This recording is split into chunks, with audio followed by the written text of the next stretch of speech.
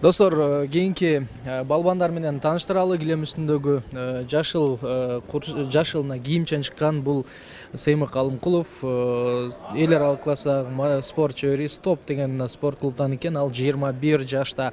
Ал эми бет маңдайында Рахатбек Тагайбек уулу 1998-жылы жарыктан көргөн биринчи разряддагы спорт чебери.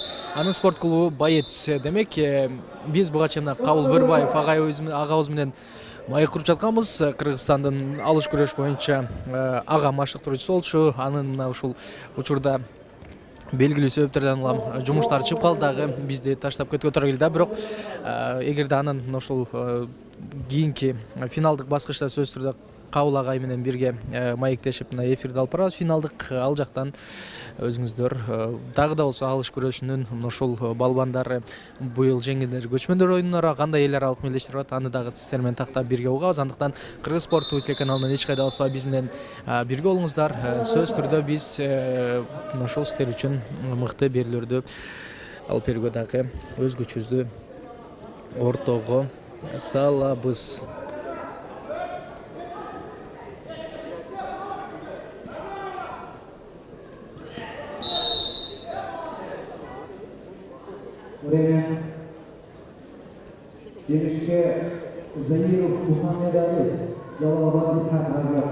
Демек, балбандардын упайы 1-1ден мен катарыңыздарга жаңы гана кошулгандыктан азыр бир аз бул жакта протоколдорду жөнгө салгандай. Сөзсүз түрдө бул керемет күрөшкө дагы бирге байкоо салабыз. Айтор, өзүңүздөр жакшы билгендей 2020-жылы пандемиядан улам биз өлкө чемпиондорун мен жаңылышпасам аныктабай каламыз. Ал эми 2019-жылы алыш күрөш боюнча мына көптөгөн мелдештер өттү.